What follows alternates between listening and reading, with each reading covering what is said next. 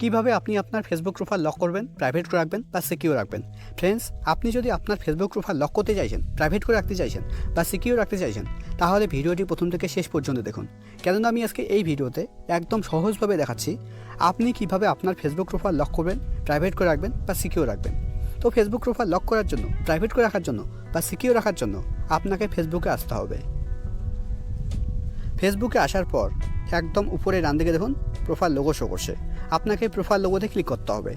আপনার এখানে 3 লাইনে থাকতে পারে। যদি আপনার এখানে 3 লাইন থাকে তাহলে আপনি 3 লাইনে ক্লিক করবেন। এবার এখানে আপনাকে স্ক্রল ডাউন করে নিচে আসতে হবে। এখানে দেখুন একটা অপশন আছে সেটিং অ্যান্ড প্রাইভেসি। এবার আপনাকে এই সেটিং অ্যান্ড প্রাইভেসিতে ক্লিক করতে হবে।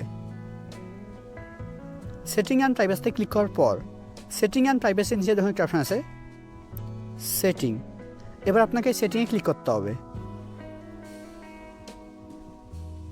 সেটিংয়ে ক্লিক করলেই আপনার সামনে ঠিক এরকম পেজ ওপেন হবে। ফ্রেন্ডস, এখানে একটা কথা তো মন দিয়ে শুনুন, যদি আপনার ফেসবুক অ্যাকাউন্টে প্রফেশনাল মোড অন করা থাকে তাহলে কিন্তু লগ অপশন শো করবে না। মানে ফেসবুকে প্রফেশনাল মোড অন করা থাকলে আপনি আপনার ফেসবুক প্রোফাইল লক করতে পারবেন না।